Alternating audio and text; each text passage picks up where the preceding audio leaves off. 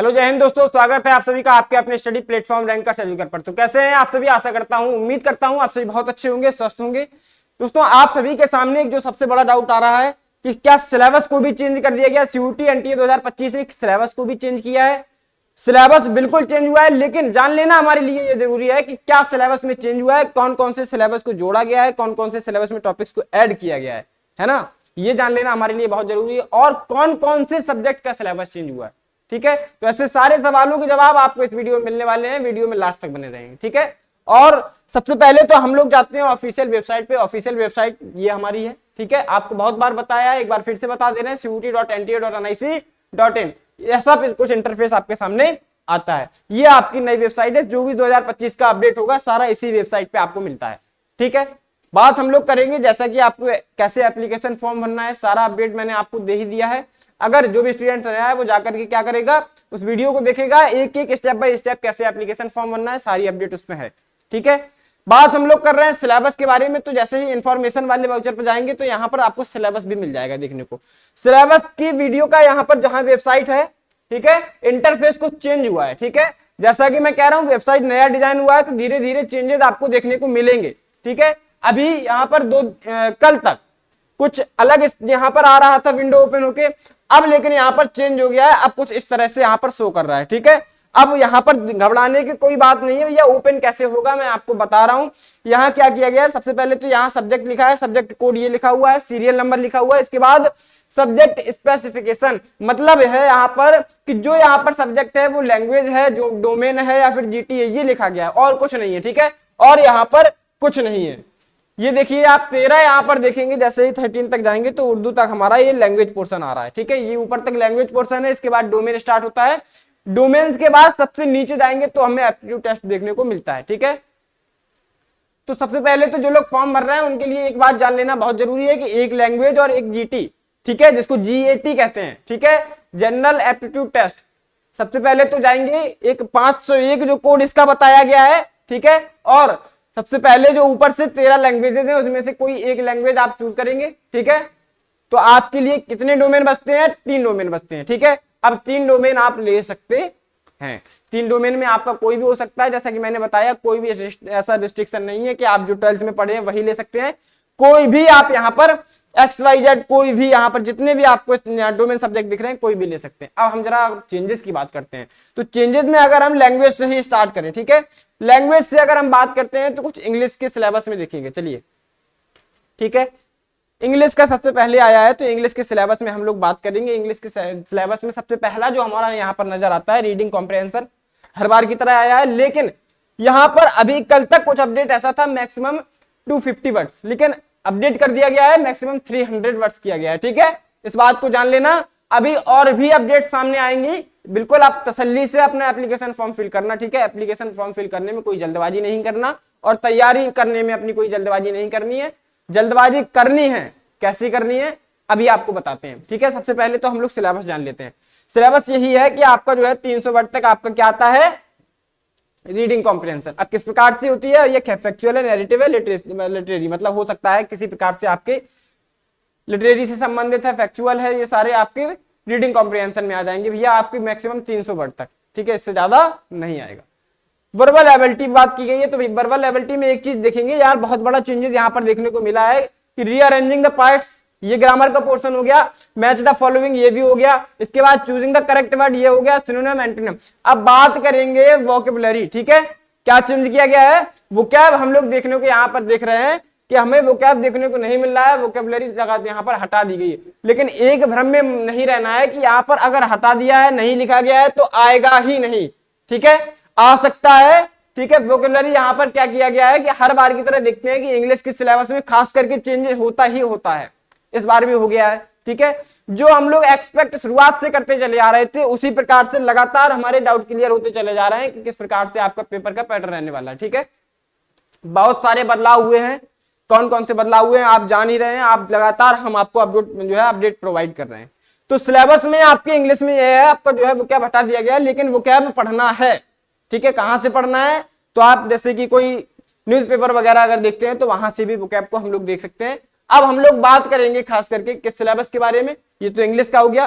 हिंदी के सिलेबस को एक बार देख लेते हैं, हिंदी के सिलेबस में क्या क्या है।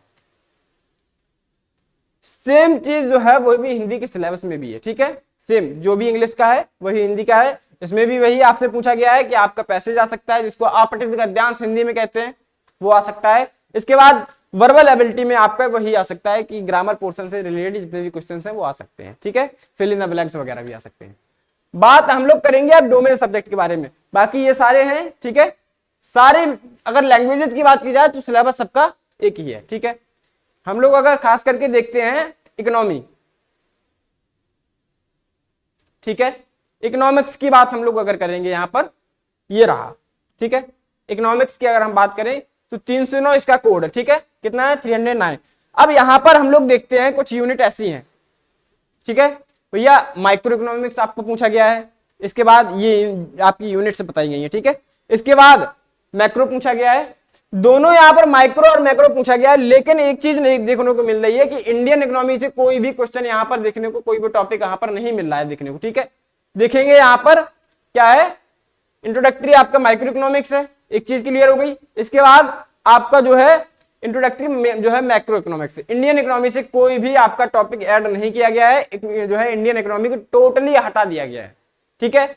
तो यहां पर आपको जो सिलेबस में पढ़ना है, तो अब सामने क्या आ रही है बात हमारे कि यहां पर जो अपडेट किया गया है कि अभी तक तो हमारे मन में ये चल रहा था कि जो भी हमें अपनी जो है प्रिपरेशन करनी है, तैयारी करनी है, वो ओल्ड एनसीईआरटी के हिसाब से करनी है।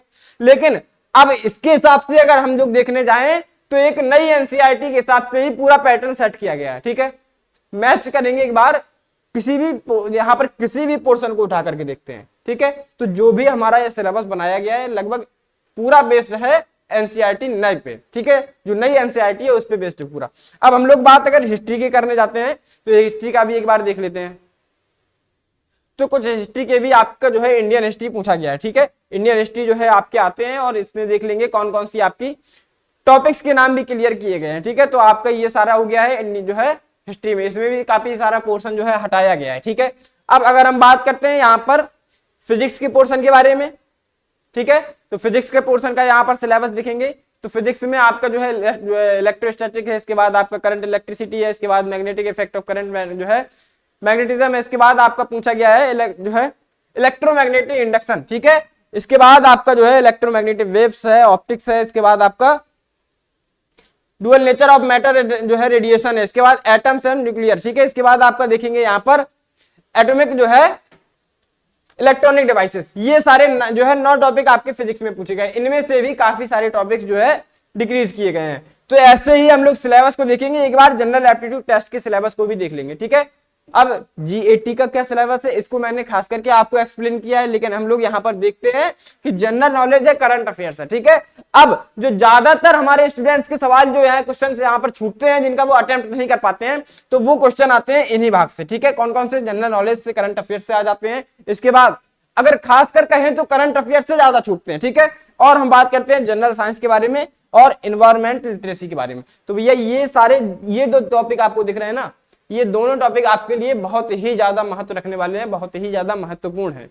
कहा जाए तो लोग इनकी तैयारी बहुत, अगर देखा जाए एसएससी जीडी वाले बच्चे हैं जो भी एसएससी की तैयारी करते हैं, ठीक है, एसएससी किसी भी पोर्शन की हो या फिर यूपीएससी हो, पीसीएस हो, तो भैया वो लोग सालों साल लगातार इसकी तैयारी करते हैं, ठीक है। जनरल साइंस पोर्शन की हम लोग बात करेंगे तो आपका जो है फिजिक्स है, केमिस्ट्री है, मैथ आपका जो है बायो आप जो है आ जाता है, इसके बाद आपका हिस्ट्री है, पॉलिटी है, ठीक है। जनरल साइंस में सारा आ जाता है। तो जनरल साइंस से इस प्रकार से आपके बेसिक ऑफ क्वेश्चंस पूछे जाएंगे, ठीक है। ज्यादा हार्ड क्वेश्चन किसी भी डीपली नहीं पूछा जाता है, बेसिक क्वेश्चंस पूछे जाते हैं। उसी प्रकार से आपके इन्वायरमेंट से आते हैं। अब लॉजिकल एंड एनालिटिकल रीजनिंग से आते हैं क्वेश्चन, ये तो आपका लॉजिकल रीजनिंग से संबंधित हो गया, ये सारा आपका रीजनिंग पोर्शन में आ गया। अब रीजनिंग में एक चीज और सामने आती है कि किस प्रकार से क्वेश्चन आएंगे। Simple application of basic mathematical concept जो है क्वांटिटेटिव अरिथमेटिक हो गया एंड अलजेब्रा और जियोमेट्री, इसके बाद बात करेंगे मेंसुरेशन और स्टैटिस्टिक्स, ठीक है। इस प्रकार से आपकी ये रीजनिंग में नॉर्मल क्वेश्चन आते हैं, ठीक है, नॉर्मल नहीं आते हैं। एक प्रकार से अगर देखा जाए अब जैसे कि 2022 में, ठीक है, स्टार्टिंग अगर देखा जाए तो सीयूटी की जो स्टार्टिंग हुई बहुत ही बेसिक हुई है, बहुत इजी पेपर आया था। फिर इसके बाद 22 के बाद हम लोगों ने 23 में देखा स्तर बढ़ा, 24 में देखा और स्तर बढ़ा, अब 25 में जो हमारा स्तर देखने को मिलेगा वो भैया नॉर्मल नहीं मिलेगा, एक एसएससी के लेवल का देखने को मिलता है। अगर बात करें तो जीडी से हम इसका कंपेयर जो है कर सकते हैं, ठीक है। लेवल बहुत हाई किया गया है, लेकिन तैयारी बेहतरीन करने की आवश्यकता है। बात अगर करते हैं जनरल मेंटल एबिलिटी है, न्यूमेरिकल एबिलिटी है, तो ये सारा हो गया आपका। और जनरल नॉलेज के बाद करंट अफेयर्स, ठीक है। ये सारा पोर्शन आपका किसमें पूछा जा रहा है, जीटी में, ठीक है। किसमें, जनरल एप्टीट्यूड टेस्ट में। तो भैया आपको यहां पर क्या करना है, जो भी डोमेन आप सिलेक्ट कर रहे हैं, ठीक है। मैंने आपको बताया कि डोमेन आपको कितने देखने को मिलते हैं, यहाँ पर 13 के बाद यहाँ पर सारे आपके डोमेन है, ठीक है। सारे डोमेन है आपके। तो भैया जो भी जो आप डोमेन सिलेक्ट कर रहे हैं, तो एक बार ये याद रखना कि भैया जो भी आपका सब्जेक्ट है, ठीक है, उस डोमेन के बारे में हम सिलेबस जान ले, क्या सिलेबस है, क्या चीज कम हुई है और कौन सी चीज ऐड हुई है, ठीक है। ये सारी चीजों को हमें देख लेना एक बार, उसके बाद ही अपनी तैयारी को शुरू करना है। कैसे देखना है आपको मैंने बता दिया है भैया। जैसे ही आप यहाँ पर जाते हैं इंफॉर्मेशन पे, इंफॉर्मेशन के बाद आप क्या देखते हैं, सिलेबस पोर्टल देखते हैं। सिलेबस पे टैप करते ही आपके सामने इस तरह की इंटरफेस सामने आती है। और यूनिवर्सिटी वाले पार्ट पे जाकर के आप किसी यूनिवर्सिटी को टारगेट कर रहे हैं, तो उसके क्राइटेरिया को एक बार मैच कर लेंगे अपने सिलेबस के हिसाब से, अपने जो है सब्जेक्ट कॉम्बिनेशन के हिसाब से, ठीक है। इस चीज को भी अपने जो है पहले सेलेक्ट कर लेना है। इसके बाद जाकर के कहीं हमें एक स्टेज आगे बढ़ना है और एप्लीकेशन फॉर्म को फिल करना है, ठीक है। भैया बात आपके समझ में आ गई होगी, हम यही आपको बताना चाह रहे थे। और अब जो मुख्य बात सामने आती है कि हम लोगों को तैयारी कैसे करनी है, कहां से करनी है। जो भी स्टूडेंट तैयारी करना चाहते हैं, 2025 में एडमिशन लेना चाहते हैं, ठीक है, तो हमारे रैंकर्स एडुकेयर में बीए, बीएससी, बीए जो है एलएलबी, ये सारे यूजी कोर्सेज के लिए, ठीक है, तैयारी शुरू कर दी गई है। बैच लॉन्च किया गया है बहुत ही अफोर्डेबल प्राइस में, बहुत ही अफोर्डेबल प्राइस में आपके लिए बैच लॉन्च किया गया है। आप जाकर के इसमें जुड़ जाइए। सबसे पहले तो इस बैच को परचेज कर लेंगे, ज्वाइन हो जाएंगे इस बैच में और अपनी तैयारी को बेहतरीन तरीके से शुरू करेंगे, ठीक है।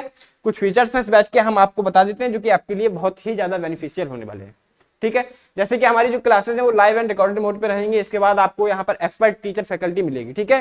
फैकल्टी जो है काफी एक्सपीरियंस होती है। इसके बाद हम लोग बात करेंगे कंप्लीट पीडीएफ नोट्स, ठीक है।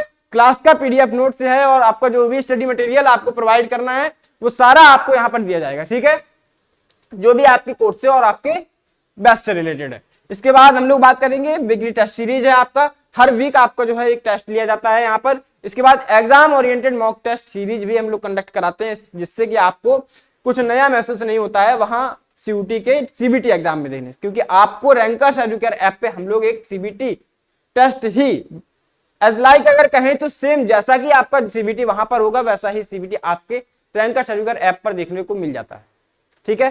तो वहां से हम लोग बात करेंगे। इसके बाद क्लास पीडीएफ और क्लास का जो पीडीएफ है, टीचर जो यहाँ पर पढ़ाते हैं उसका पीडीएफ भी रैंकर्स एडुकेयर ऐप पे मिल जाएगा आपको। सबसे पहले जाएंगे रैंकर्स एडुकेयर जो है ऐप को डाउनलोड कर लेंगे। कहां से, प्ले स्टोर से डाउनलोड करना है।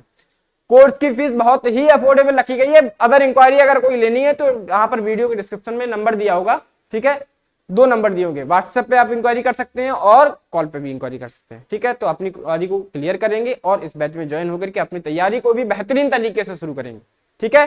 बाकी मिलते हैं अपनी अगली इंफॉर्मेटिव वीडियो में, तब तक के लिए स्वस्थ रहें, मस्त रहें, धन्यवाद।